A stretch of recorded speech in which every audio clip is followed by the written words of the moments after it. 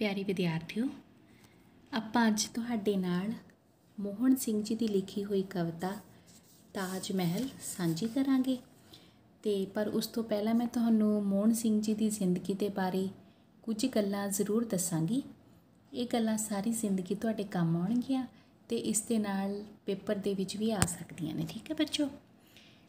ਤੇ ਆਧੁਨਿਕ ਪੰਜਾਬੀ ਕਵਿਤਾ ਨੂੰ ਨਵੀਂ ਦਸ਼ਾ ਤੇ ਦਿਸ਼ਾ ਦੇਣ ਵਾਲੇ ਪ੍ਰੋਫੈਸਰ ਮੋਹਨ ਸਿੰਘ ਦਾ ਜਨਮ 20 ਅਕਤੂਬਰ 1905 ਈਸਵੀ ਨੂੰ ਡਾਕਟਰ ਜੋਧ ਸਿੰਘ ਦੇ ਘਰ ਮਾਤਾ ਸ਼੍ਰੀਮਤੀ ਭਾਗਵੰਤੀ ਦੀ ਕੁੱਖੋਂ ਪਿੰਡ ਮਰਦਾਨ ਸੂਬਾ ਸਰਹੱਦ 'ਚ ਹੋਇਆ।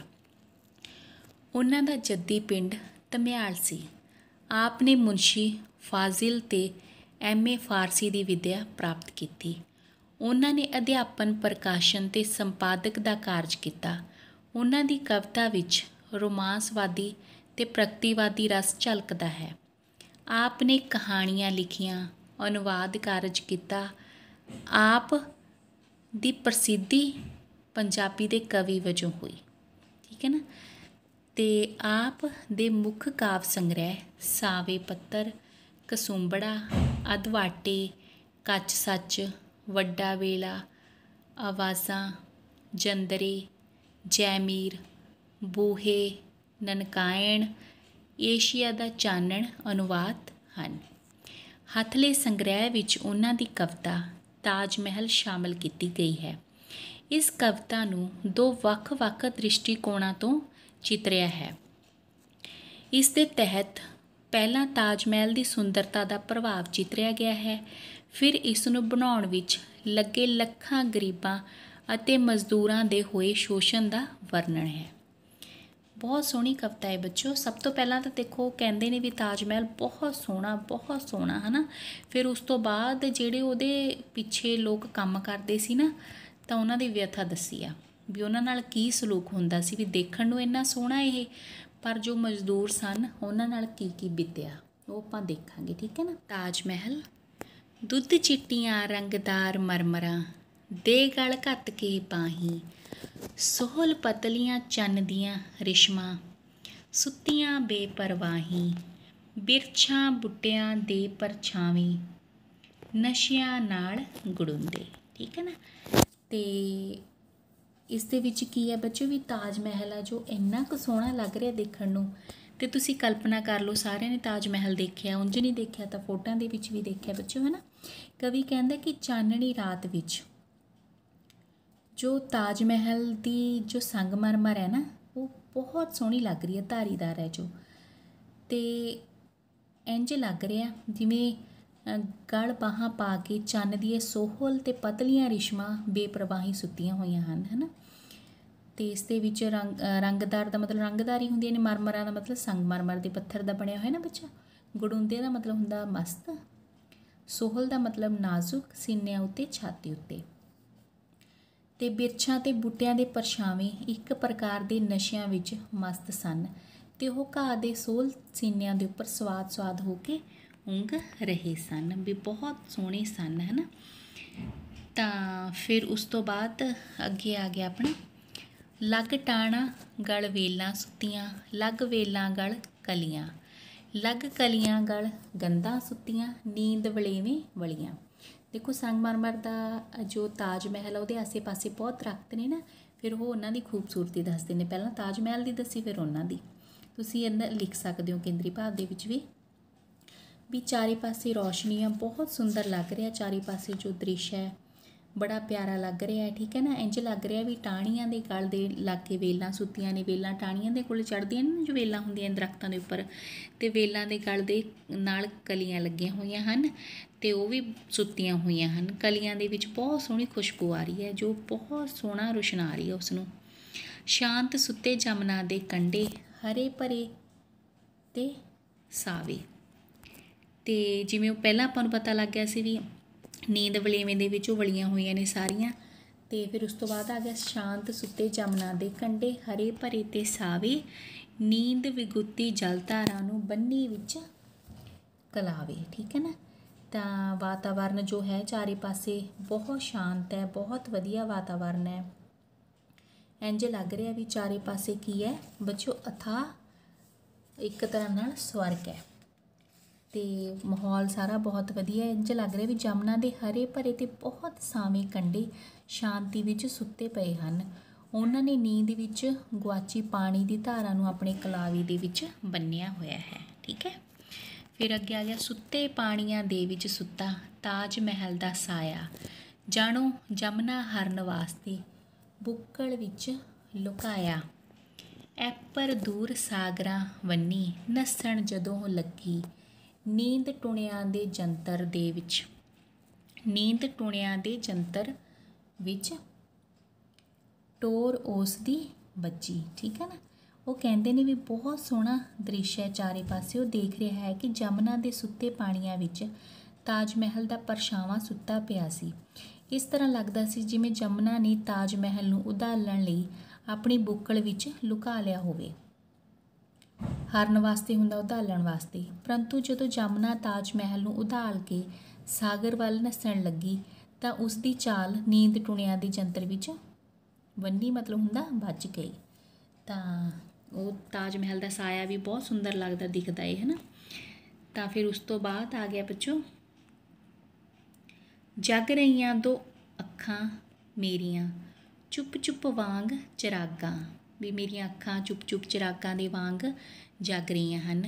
ਗੁਬੰਦ ਦਿਆਂ ਉਭਾਰਾਂ ਉੱਤੇ ਮਸਤਾਈਆਂ ਹਲਸਾਈਆਂ, ਵੀ ਦੋਨੋਂ ਨਜ਼ਰਾਂ ਮੇਰੀਆਂ ਹੈ ਨਾ ਗੁਬੰਦ ਦਿਆਂ ਜੋ ਉਭਾਰਾਂ ਦੇ ਉੱਪਰ ਟਿਕੀਆਂ ਹੋਈਆਂ ਹਨ।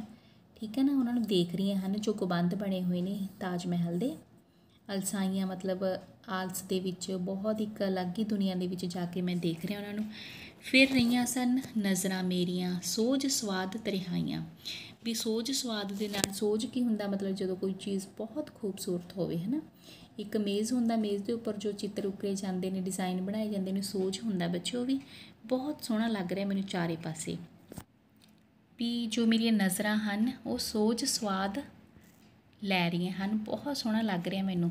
ਤੱਕ ਤੱਕ ਕਸਬ ਹੁਨਰ ਮੁਗਲਾਂ ਦਾ, ਹੈਰਤ ਵੱਧਦੀ ਜਾਵੇ। ਕਸਬ ਦਾ ਮਤਲਬ ਕੰਮ ਇੰਨਾ ਸੋਹਣਾ ਕੀਤਾ, ਹੈਰਤ ਹੈਰਾਨੀ, ਵੀ ਮੁਗਲਾਂ ਨੇ ਬਣਾਇਆ ਸੀ ਨਾ ਉਹਨਾਂ ਨੂੰ, ਵੀ ਸ਼ਾਹਜਹਾਂ ਨੇ ਬਣਾਇਆ ਸੀ ਉਹ, ਅਤੇ ਆਪਣੀ ਪਤਨੀ ਮੁਮਤਾਜ਼ ਦੇ ਲਈ, ਹੈ ਨਾ।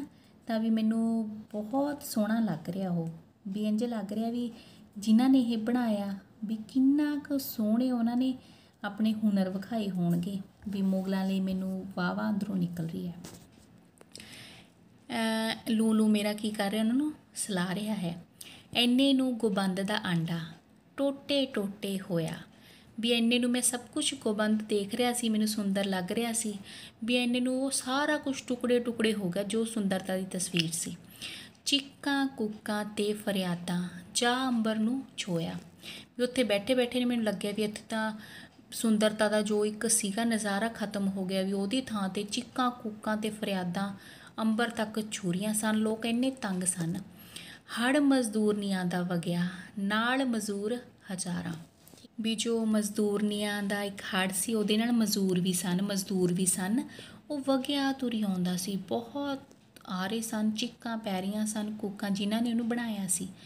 ਚੁੱਕੀ ਕਹੀਆਂ ਦੁਰਮਟ ਤੇਸੇ ਬੱਚੇ ਵਿੱਚ ਵਗਾਰਾਂ, ਵੀ ਉਹਨਾਂ ਨੇ ਜੋ ਵੀ ਆਪਾਂ ਸਮਾਨ ਬਣਾਉਣੇ ਆ, ਇਮਾਰਤਾਂ ਉਸਾਰਦੇ ਆ, ਉਹਨਾਂ ਲਈ ਕਹੀਆਂ ਦੁਰਮਟ ਤੇਸੇ ਸਭ ਕੁਝ ਚੱਕੇ ਹੋਏ ਸੀ। ਬੱਚੇ ਵਿੱਚ ਵਗਾਰਾਂ, ਵੀ ਗੁਲਾਮ ਸਨ ਉਹ, ਠੀਕ ਹੈ ਨਾ, ਵੀ ਗੁਲਾਮੀ ਦੇ ਬੰਨੇ ਹੋਏ ਸਨ। ਦੁੱਧੀਆਂ ਨਾਲ ਪਲਮਦੇ ਬੱਚੇ ਕੰਮੀ ਰੁੱਝੀਆਂ ਮਾਵਾਂ, ਹੁਣ ਛੋਟੇ ਬੱਚੇ ਰੋਂਦੇ ਝੀਕਦੇ ਨੇ, ਵੀ ਉਹਨਾਂ ਦੀਆਂ ਮਾਵਾਂ ਨੂੰ ਮਤਲਬ ਉਹਨਾਂ ਕੋਲ ਜਾਣ ਦਾ ਸਮਾਂ ਨਹੀਂ, ਨਾ ਹੀ ਇਜਾਜ਼ਤ ਸੀ, ਕਿਉਂਕਿ ਉਹ ਕੰਮਾਂ ਦੇ ਵਿੱਚ ਰੁੱਝੀਆਂ ਹੋਈਆਂ ਸਨ, ਅਤੇ ਜਾਂਦੀਆਂ ਸਨ ਤਾਂ ਉਹਨਾਂ ਨੂੰ ਮਤਲਬ ਸਜ਼ਾ ਦਾ ਪਾਤਰ ਬਣਨਾ ਪੈਂਦਾ ਸੀ। ਅੱਖਾਂ ਦੇ ਵਿੱਚ ਛਲਕਣ ਅਥਰੂ ਹਿੱਕਾਂ ਦੇ ਵਿੱਚ ਆਹਾਂ, ਵੀ ਅੱਖਾਂ ਦੇ ਵਿੱਚ ਅਥਰੂ ਛਲਕ ਰਹੇ ਸਨ ਦੋਵਾਂ ਦੇ, ਸਾਰੇ ਮਜ਼ਦੂਰਾਂ ਦੇ, ਅਤੇ ਹਿੱਕਾਂ ਦੇ ਵਿੱਚ ਆਹਾਂ ਸਨ ਬੱਚਿਆਂ ਦੇ, ਠੀਕ ਹੈ, ਅਤੇ ਮਾਵਾਂ ਦੇ ਵੀ। ਬੋਕਿਆਂ ਵਰਗੇ ਪੇਟ ਉਹਨਾਂ ਦੇ, ਤੁੱਕਿਆਂ ਵਰਗੇ ਗਾਟੇ, ਮਤਲਬ ਜਿਹੜੇ ਬੱਚੇ ਕੁਪੋਸ਼ਣ ਦੇ ਸ਼ਿਕਾਰ ਹੁੰਦੇ ਨੇ ਤਾਂ ਆਪਾਂ ਦੇਖਦੇ ਹਾਂ ਵੀ ਉਹਨਾਂ ਦੇ ਪੇਟ ਨੇ ਜਿਹੜੇ ਬਾਹਰ ਆ ਜਾਂਦੇ ਨੇ, ਤਾਂ ਗਰਦਨ ਬਿਲਕੁਲ ਸੁੱਕ ਜਾਂਦੀ ਹੈ। ਤਾਂ ਇਸ ਤਰ੍ਹਾਂ ਬੱਚਿਆਂ ਨੂੰ ਕੋਈ ਮਾਂ ਦਾ ਪਿਆਰ ਨਹੀਂ ਸੀ ਮਿਲਦਾ, ਖਾਣਾ ਸਹੀ ਨਹੀਂ ਸੀ ਮਿਲਦਾ, ਸਾਰਾ ਸਾਰਾ ਦਿਨ ਉਹ ਭੁੱਖੇ ਰੋਈ ਜਾਂਦੇ ਸਨ।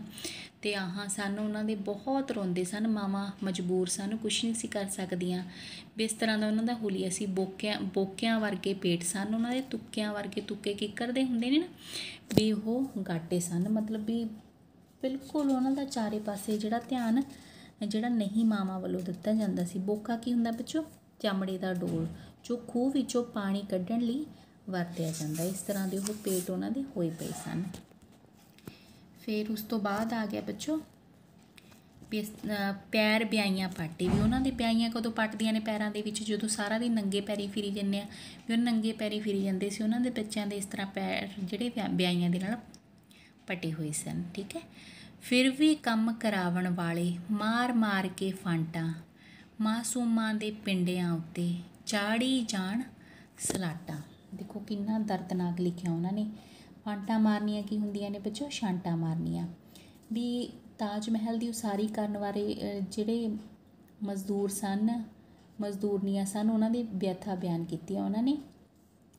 ਅਤੇ ਵੀ ਜੋ ਵਗਾਰ ਗੁਲਾਮੀ ਦੇ ਵਿੱਚ ਸਨ, ਮਤਲਬ ਵੀ ਗੁਲਾਮ ਕੌਣ ਹੁੰਦੇ ਨੇ ਬੱਚੋ? ਬੰਧੂਆ ਮਜ਼ਦੂਰ ਕੌਣ ਹੁੰਦੇ ਨੇ? ਇੱਕ ਤਾਂ ਮਜ਼ਦੂਰੀ ਬੰਦਾ ਆਪਣੀ ਇੱਛਾ ਦੇ ਅਨੁਸਾਰ ਕਰਦਾ ਹੈ ਨਾ। ਇੱਕ ਮਜ਼ਦੂਰ ਪਹਿਲਾਂ ਰਾਜੇ ਮਹਾਰਾਜੇ ਇੱਦਾਂ ਰੱਖ ਲੈਂਦੇ ਸਨ ਵੀ ਉਹਨਾਂ ਨੂੰ ਕੋਈ ਬੰਧੂਆ ਹੁੰਦੇ ਸਨ, ਬੰਨੇ ਹੋਏ ਹੁੰਦੇ ਸਨ। ਉਹਨਾਂ ਨੂੰ ਮਜ਼ਦੂਰੀ ਦੇਣੀ ਨਾ ਦੇਣੀ ਉਹਨਾਂ ਦੇ ਹੱਥ 'ਚ ਹੁੰਦੀ ਸੀ। ਉਹਨਾਂ ਨੂੰ ਮਤਲਬ ਕੰਮ ਕਰਨਾ ਪੈਂਦਾ ਸੀ ਹਰ ਹਾਲਾਤਾਂ ਦੇ ਵਿੱਚ। ਜੇ ਅੱਜ ਕੱਲ੍ਹ ਕੋਈ ਕੰਮ ਕਰਦਾ ਆਪਣੀ ਮਰਜ਼ੀ ਨਾਲ ਕੰਮ ਕਰਦਾ ਹੈ, ਜੇ ਉਹ ਨਹੀਂ ਠੀਕ ਤਾਂ ਉਹ ਮਜ਼ਦੂਰੀ ਵੀ ਨਹੀਂ ਕਰਦਾ। ਪਰ ਉੱਥੇ ਇਸ ਤਰ੍ਹਾਂ ਦਾ ਕੁਛ ਵੀ ਨਹੀਂ ਸੀ। ਉਹਨਾਂ ਨੂੰ ਧੱਕੇ ਨਾਲ ਕੰਮ ਉਹਨਾਂ ਤੋਂ ਕਰਵਾਇਆ ਜਾਂਦਾ ਸੀ। ਉਹਨਾਂ ਨੂੰ ਬੰਧੂਆ ਮਜ਼ਦੂਰ ਕਿਹਾ ਜਾਂਦਾ ਸੀ। ਵੀ ਜੋ ਨਹੀਂ ਕੰਮ ਕਰਦੇ ਸਨ ਤਾਂ ਉਹਨੂੰ ਫਾਂਟਾਂ ਮਾਰੇ ਜਾਂਦੇ ਸਨ, ਮਤਲਬ ਸੋਟੀਆਂ ਮਾਰੀਆਂ ਜਾਂਦੀਆਂ ਸਨ। ਅਤੇ ਮਾਸੂਮਾਂ ਦੇ ਪਿੰਡਿਆਂ ਦੇ ਉੱਪਰ ਚਾੜੀ ਜਾਣ ਸਲਾਟਾਂ। ਸਲਾਟਾਂ ਦਾ ਮਤਲਬ ਲਾਸਾਂ, ਜਦੋਂ ਕੋਈ ਜਿਹੜੇ ਛਾਂਟ ਆਪਾਂ ਕਹਿੰਦੇ ਵੀ ਨਿਸ਼ਾਨ ਪੈ ਜਾਂਦਾ ਸੋਟੀ ਦਾ, ਠੀਕ ਹੈ, ਜਾਂ ਚਮੜੇ ਦੇ ਜਿਹੜੇ ਚਾਬੁਕ ਹੁੰਦੇ ਨੇ ਤਾਂ ਉਹਨਾਂ ਦੇ ਨਿਸ਼ਾਨ ਪੈ ਜਾਂਦੇ ਹੁੰਦੇ ਨੇ, ਤਾਂ ਉਹਨੂੰ ਸਲਾਟਾਂ ਕਹਿੰਦੇ। ਵੀ ਉਹਨਾਂ ਦੇ ਪਿੰਡਿਆਂ ਦੇ ਉੱਪਰ ਧੱਕੇ ਨਾਲ ਕੰਮ ਕਰਵਾ ਰਹੇ ਸਨ ਉਹਨਾਂ ਤੋਂ। ਠੀਕ ਹੈ। ਐਦਾਂ ਮਜ਼ਦੂਰਾਂ ਦੀ ਝਾਕੀ ਜਦ ਮੈਨੂੰ ਦਿਸ ਆਈ, ਨਾਲ ਪੀੜ ਦੇ ਕਲਵਲ ਹੋ ਕੇ ਰੂਹ ਮੇਰੀ ਕੁਰਲਾਈ। ਵੀ ਜਦੋਂ ਮੈਂ ਪਹਿਲਾਂ ਤਾਂ ਖੁਸ਼ ਹੋ ਰਿਹਾ ਸੀ, ਜਦੋਂ ਮੈਂ ਇਹਨਾਂ ਨੂੰ ਦੇਖਿਆ ਤਾਂ ਮੇਰੀ ਜਿਹੜੀ ਰੂਹ ਸੀ ਉਹ ਪੀੜ ਦੇ ਨਾਲ ਉੱਚੀ ਉੱਚੀ ਰੋਣ ਲੱਗ ਗਈ ਜਦੋਂ ਮੈਂ ਮਜ਼ਦੂਰਾਂ ਨੂੰ ਇਹਨਾਂ ਗਮ ਦੇ ਵਿੱਚ ਦੇਖਿਆ। ਇਹ ਬਹੁਤ ਸੋਹਣੀ ਸਤਰ ਹੈ ਬੱਚੋ। ਕੀ ਉਹ ਹੁਸਨ ਹੁਸਨ ਹੈ ਸੱਚਮੁੱਚ, ਜਾਂ ਉਂਝੇ ਹੀ ਛਲਦਾ, ਲੱਖ ਗਰੀਬਾਂ ਮਜ਼ਦੂਰਾਂ ਦੇ ਹੰਝੂਆਂ 'ਤੇ ਜੋ ਪਲਦਾ। ਕੀ ਉਹ ਹੁਸਨ ਹੁਸਨ ਹੈ ਸੱਚਮੁੱਚ, ਜਾਂ ਉਂਝੇ ਹੀ ਛਲਦਾ, ਲੱਖ ਗਰੀਬਾਂ ਮਜ਼ਦੂਰਾਂ ਦੇ ਹੰਝੂਆਂ 'ਤੇ ਜੋ ਪਲਦਾ। ਇਹ ਤੁਸੀਂ ਕੇਂਦਰੀ ਭਾਵ ਦੇ ਵਿੱਚ ਵੀ ਲਿਖ ਸਕਦੇ ਹੋ ਸਤਰ। ਅਤੇ ਵੀ ਕੀ ਉਹ ਹੁਸਨ ਸੱਚਮੁੱਚ ਹੁਸਨ ਹੈ, ਵੀ ਜੋ ਸੋਹਣਾ ਲੱਗ ਰਿਹਾ, ਜਾਂ ਉਂਝ ਹੀ ਆਪਾਂ ਨੂੰ ਛਲ ਰਿਹਾ, ਜਿਵੇਂ ਕਿ ਕਵੀ ਨੂੰ ਛਲਦਾ ਸੀ ਪਹਿਲਾਂ ਸੋਹਣਾ ਲੱਗਦਾ ਸੀ। ਵੀ ਜੋ ਲੱਖ ਗਰੀਬਾਂ ਜੋ ਮਜ਼ਦੂਰ ਨੇ ਉਹਨਾਂ ਦੇ ਹੰਝੂਆਂ 'ਤੇ ਪਲਿਆ ਉਹ। ਅਤੇ ਦੇਖੋ ਕਿੰਨਾ ਸੋਹਣਾ ਲਿਖਿਆ। ਆਪਾਂ ਵਾਹ ਕਰਦੇ ਹਾਂ ਵੀ ਤਾਜ ਮਹਿਲ ਬਹੁਤ ਸੋਹਣਾ ਹੈ ਨਾ, ਪਰ ਉਹਨਾਂ ਦੇ ਪਿੱਛੇ ਜੋ ਮਜ਼ਦੂਰ ਸਨ ਉਹਨਾਂ ਦੀ ਵਿਅਥਾ ਨੂੰ ਕਵੀ ਨੇ ਬਿਆਨ ਕੀਤਾ। ਇਹੀ ਤਾਂ ਕਵੀ ਹੁੰਦੇ ਨੇ ਬੱਚੋ, ਜੋ ਕਿਸੇ ਦਾ ਦਰਦ ਸਮਝਦੇ ਨੇ। ਅਤੇ ਚਲੋ ਫਿਰ ਆਪਾਂ ਹੁਣ ਪ੍ਰਸ਼ਨ ਉੱਤਰ ਕਰੀਏ। ਤਾਜ ਮਹਿਲ ਕਵਿਤਾ ਕਿਹਨਾਂ ਨੇ ਲਿਖੀ ਹੈ, ਕਿਸ ਦੀ ਰਚਨਾ ਹੈ? ਕਿਹਨਾਂ ਲਿਖੀ ਹੈ? ਪ੍ਰੋਫੈਸਰ ਮੋਹਨ ਸਿੰਘ ਜੀ ਨੇ। ਪਾਠਕ੍ਰਮ ਵਿੱਚ ਸ਼ਾਮਿਲ ਪ੍ਰੋਫੈਸਰ ਮੋਹਨ ਸਿੰਘ ਜੀ ਦੀ ਕਵਿਤਾ ਦਾ ਨਾਂ ਦਿਓ। ਤਾਜ ਮਹਿਲ। ਬਿਰਛਾਂ ਬੂਟਿਆਂ ਦੇ ਪਰਛਾਵੇਂ ਨਸ਼ਿਆਂ ਨਾਲ ਗੜੁੰਦੇ, ਘਾਹ ਦੇ ਸੋਲ ਸੀਨਿਆਂ ਉੱਤੇ ਸਵਾਦ ਸਵਾਦ ਹੋ ਉਂਗੇ। ਅਤੇ ਪ੍ਰੋਫੈਸਰ ਮੋਹਨ ਸਿੰਘ ਜੀ ਦੀ ਕਵਿਤਾ ਤਾਜ ਮਹਿਲ ਅਨੁਸਾਰ ਸ਼ਾਂਤ ਸੁੱਤੇ ਜਮਨਾ ਦੇ ਕੰਢੇ ਹਰੇ ਭਰੇ ਅਤੇ ਸਾਵੇ ਹਨ। ਹਾਂਜੀ ਬੱਚੋ ਬਿਲਕੁਲ ਠੀਕ ਹੈ। ਸੁੱਤੇ ਪਾਣੀਆਂ ਵਿੱਚ ਤਾਜ ਮਹਿਲ ਦਾ ਪਰਛਾਵਾਂ ਨਹੀਂ ਸੁੱਤਾ। ਦੱਸੋ ਸਹੀ ਹੈ ਵੀ ਸੁੱਤੇ ਪਾਣੀਆਂ 'ਚ ਉਸਦਾ ਪਰਛਾਵਾਂ ਨਹੀਂ ਸੁੱਤਾ? ਨਹੀਂ, ਸੁੱਤਾ ਹੋਇਆ ਜਾਪਦਾ ਹੈ। ਕਵੀ ਤਾਜ ਮਹਿਲ ਵੱਲ ਦੇਖ ਕੇ ਕਿਹੜੇ ਮੁਗਲ ਸਮਰਾਟ ਦੀਆਂ ਸਿਫਤਾਂ ਕਰਦਾ ਹੈ? ਸ਼ਾਹਜਹਾਂ ਦੀਆਂ। ਠੀਕ ਹੈ। ਫਿਰ ਉਸ ਤੋਂ ਬਾਅਦ ਆ ਗਿਆ ਪ੍ਰੋਫੈਸਰ ਮੋਹਨ ਸਿੰਘ ਦੀ ਕਵਿਤਾ ਅਨੁਸਾਰ ਕੰਮ ਕਰਨ ਵਾਲੇ ਮਜ਼ਦੂਰਾਂ ਦੇ ਹੱਥ ਪੈਰ ਕਿਸ ਤਰ੍ਹਾਂ ਦੀ ਸਨ? ਵੀ ਹੱਥ ਅਤੇ ਪੈਰ ਵਿਆਈਆਂ ਫਟੀਆਂ ਹੋਈਆਂ ਸਨ, ਮਤਲਬ ਬਹੁਤ ਦਰਦਨਾਕ ਹਾਲਤ ਦੇ ਵਿੱਚ ਸਨ। ਉਹ ਛਾਲੇ ਸਨ, ਪੈਰਾਂ ਦੇ ਵਿੱਚ ਵਿਆਈਆਂ ਸਨ, ਅਤੇ ਹੱਥਾਂ ਦੇ ਵਿੱਚ ਛਾਲੇ, ਪੈਰਾਂ ਦੇ ਵਿੱਚ ਵਿਆਈਆਂ। ਅੱਗੇ ਆ ਗਿਆ ਤਾਜ ਮਹਿਲ ਕਵਿਤਾ ਪੜ੍ਹ ਕੇ ਕਵੀ ਦੀ ਹਮਦਰਦੀ ਕਿਸ ਪੱਧਰ ਵੱਲ ਜਾਪਦੀ ਹੈ? ਸ਼ਾਸਕ ਧਿਰ ਵੱਲ, ਮਤਲਬ ਜਾ ਰਹੀ ਹੈ ਉਹ ਜਿਹੜੇ ਸ਼ਾਸਕ ਨੇ ਜਿਨ੍ਹਾਂ ਨੇ ਬਣਵਾਇਆ ਸੀ। ਸ਼ੋਸ਼ਿਤ ਧਿਰ ਵੱਲ, ਸਮਾਜਿਕ ਧਿਰ ਵੱਲ, ਜਾਂ ਸੰਗਾਊ ਧਿਰ ਵੱਲ? ਕਿੱਧਰ ਵੱਲ? ਸ਼ੋਸ਼ਿਤ। ਠੀਕ ਹੈ, ਜਿਨ੍ਹਾਂ 'ਤੇ ਜ਼ੁਲਮ ਹੋਏ ਸਨ, ਸ਼ਾਸਕ ਜਿਨ੍ਹਾਂ ਨੇ ਜ਼ੁਲਮ ਕੀਤੇ ਸਨ। ਇਹਨਾਂ ਦਾ ਕੇਂਦਰੀ ਭਾਵ ਕੀ ਹੈ ਬੱਚੋ? ਬਹੁਤ ਸੋਹਣਾ ਕੇਂਦਰੀ ਭਾਵ ਆਪਾਂ ਨੂੰ ਪਤਾ ਹੀ ਲੱਗ ਚੁੱਕਾ ਵੀ ਤਾਜ ਮਹਿਲ ਸਧਾਰਨ ਨਜ਼ਰ ਨੂੰ ਬਹੁਤ ਸੋਹਣਾ ਲੱਗਦਾ ਹੈ, ਪਰ ਇਸ ਦੀ ਉਸਾਰੀ ਲੱਖਾਂ ਰੋਂਦੇ ਕੁਰਲਾਉਂਦੇ ਮਜ਼ਦੂਰਾਂ ਤੇ ਮਜ਼ਦੂਰਨੀਆਂ ਤੋਂ ਜਬਰੀ ਵਗਾਰ ਕਰਵਾ ਕੇ ਕਰਵਾਈ ਜਾ ਰਹੀ ਹੈ। ਇਸੇ ਕਰਕੇ ਅਜਿਹਾ ਹੁਸਨ ਸੱਚਮੁੱਚ ਹੁਸਨ ਨਹੀਂ ਕਿਹਾ ਜਾ ਸਕਦਾ, ਉਸ ਨੂੰ ਸਗੋਂ ਇਹ ਧੋਖਾ ਹੈ। ਅਤੇ ਇਹ ਇਸ ਦਾ ਕੇਂਦਰੀ ਭਾਵ ਹੈ, ਪਰ ਇਸ ਦੇ ਨਾਲ ਆਪਾਂ ਹੋਰ ਵੀ ਲਿਖਾਂਗੇ। ਸ਼ੁਰੂਆਤ ਕਰਾਂਗੇ ਵੀ ਸਭ ਤੋਂ ਪਹਿਲਾਂ ਜੋ ਕਵੀ ਨੂੰ ਉਹਨਾਂ ਦੀ ਜੋ ਸੰਗਮਰਮਰ ਸੀਗੀ ਬਹੁਤ ਸੋਹਣੀ ਲੱਗੀ, ਤਾਂ ਜਿਹੜੇ ਦਰਖਤ ਸੀ ਉਹ ਬਹੁਤ ਸੋਹਣੇ ਲੱਗੇ, ਉਹਨਾਂ ਦੇ ਗਲ ਵੇਲਾਂ ਸੋਹਣੀਆਂ ਲੱਗੀਆਂ। ਫਿਰ ਸੁਗੰਧਾਂ ਕਲੀਆਂ ਦੀਆਂ ਜੋ ਉਹਨਾਂ ਦੇ ਗਲ ਸੀ ਵੇਲਾਂ ਦੇ, ਉਹ ਸੋਹਣੀ ਲੱਗੀ। ਅਤੇ ਚਾਰੇ ਪਾਸੇ ਸੋਹਣਾ ਸੋਹਣਾ ਵਾਤਾਵਰਨ ਹੈ, ਜਮਨਾ ਦੇ ਕੰਢੇ 'ਚ ਉਹਦਾ ਸਾਇਆ ਵੀ ਸੋ ਰਿਹਾ ਹੁੰਦਾ, ਮਤਲਬ ਬਹੁਤ ਖੂਬਸੂਰਤ ਲੱਗ ਰਿਹਾ ਹੁੰਦਾ। ਇੰਝ ਲੱਗ ਰਿਹਾ ਹੁੰਦਾ ਵੀ ਜਮਨਾ ਸਾਗਰ ਦੇ ਵਿੱਚ ਮਿਲਦੇ ਨੇ ਬੱਚੋ, ਸਾਰੀਆਂ ਨਦੀਆਂ ਵੀ ਉਹਨੂੰ ਲੈ ਕੇ ਜਾ ਰਹੀ ਆ, ਹਰਨ ਕਰਕੇ, ਕਿਡਨੈਪ ਕਰਕੇ, ਤੁਸੀਂ ਜਿਵੇਂ ਕਹਿ ਦਿੰਦੇ ਹੋ, ਠੀਕ ਹੈ। ਤਾਂ ਉਹ ਉਧਾਲ ਕੇ ਲੈ ਕੇ ਜਾ ਰਹੀ ਹੈ, ਪਰ ਉਹ ਇਹੋ ਜਿਹੇ ਨਸ਼ਿਆਈ ਮੌਸਮ ਦੇ ਵਿੱਚ ਉਹ ਵੀ ਸੋ ਗਈ ਹੁੰਦੀ ਹੈ, ਠੀਕ ਹੈ। ਫਿਰ ਉਸ ਤੋਂ ਬਾਅਦ ਕੀ ਹੋ ਜਾਂਦਾ ਬੱਚੋ ਵੀ ਚਾਰੇ ਪਾਸੇ ਗੁੰਬਦ ਸੋਹਣੇ ਲੱਗ ਰਹੇ ਨੇ, ਪਰ ਇੱਕਦਮ ਹੀ ਇਹ ਸਾਰਾ ਕੁਛ ਜੋ ਗੁੰਬਦ ਦਾ ਆਂਡਾ ਹੀ ਟੋਟੇ ਟੋਟੇ ਹੋ ਜਾਂਦਾ। ਫਿਰ ਜਿਹੜਾ ਕਵੀ ਆ ਉਸ ਨੂੰ ਮਜ਼ਦੂਰਾਂ ਦੀ ਚੀਕ ਚਿਹਾੜੇ ਜੋ ਅੰਬਰ ਤੱਕ ਛੂੰਹਦੇ ਨੇ ਉਹ ਸੁਣਨੇ ਸ਼ੁਰੂ ਹੋ ਜਾਂਦੇ ਨੇ। ਬੰਧੂਆ ਮਜ਼ਦੂਰ ਹੁੰਦੇ ਨੇ, ਮਾਵਾਂ ਆਪਣੇ ਬੱਚਿਆਂ ਕੋਲ ਨਹੀਂ ਜਾ ਸਕਦੀਆਂ, ਬੱਚਿਆਂ ਦੇ ਪੇਟ ਪੋਕਿਆਂ ਵਰਗੇ ਨੇ, ਤੁੱਕਿਆਂ ਵਰਗੇ ਗਾਟੇ ਨੇ ਉਹਨਾਂ ਦੇ, ਕਿੱਕਰ ਦੇ ਤੁੱਕੇ ਹੁੰਦੇ ਨਾ ਲੰਮੇ ਲੰਮੇ, ਉਸ ਤਰ੍ਹਾਂ ਦੇ ਵੀ ਰੋ ਰਹੇ ਨੇ, ਆਹਾਂ ਨੇ, ਮਾਵਾਂ ਵੀ ਮਜਬੂਰ ਨੇ, ਕਿਸੇ ਨੂੰ ਬੁਖਾਰ ਹੈ, ਕੋਈ ਦਵਾਈ ਨਹੀਂ ਲੈ ਸਕਦਾ, ਬਹੁਤ ਬੁਰਾ ਹਾਲ ਹੈ। ਵਿਆਹੀਆਂ ਪਟੀਆਂ ਨੇ, ਛਾਲੇ ਨੇ, ਧੱਕੇ ਨਾਲ ਕੰਮ ਕਰਵਾਏ ਜਾ ਰਹੇ ਨੇ। ਅੰਤ ਦੇ ਵਿੱਚ ਉਹ ਕਹਿ ਰਹੇ ਨੇ ਵੀ ਕੀ ਉਹ ਹੁਸਨ ਹੈ ਜਿਹੜਾ ਸੱਚਮੁੱਚ ਹੁਸਨ ਹੈ, ਜਾਂ ਉਂਝੇ ਹੀ ਚੱਲ ਰਿਹਾ ਹੈ ਵੀ ਜੋ ਲੱਖਾਂ ਗਰੀਬਾਂ ਦੇ ਹੰਝੂਆਂ 'ਤੇ ਪਲਦਾ ਹੈ, ਠੀਕ ਹੈ ਨਾ। ਪੜ੍ਹਿਆ ਕਰੋ ਬੱਚੋ, ਪੜ੍ਹ ਕੇ ਆਪਾਂ ਨੂੰ ਬਹੁਤ ਜਾਣਕਾਰੀ ਮਿਲਦੀ ਆ, ਠੀਕ ਹੈ। ਸਾਹਿਤ ਆਪਣਾ ਬਹੁਤ ਅਮੀਰ ਹੈ ਬੱਚੋ, ਠੀਕ ਹੈ। ਲਾਹਾ ਲਓ ਇਸ ਦਾ। ਸੁਣਨ ਅਤੇ ਸਮਝਣ ਲਈ ਤੁਹਾਡਾ ਬਹੁਤ ਬਹੁਤ ਧੰਨਵਾਦ।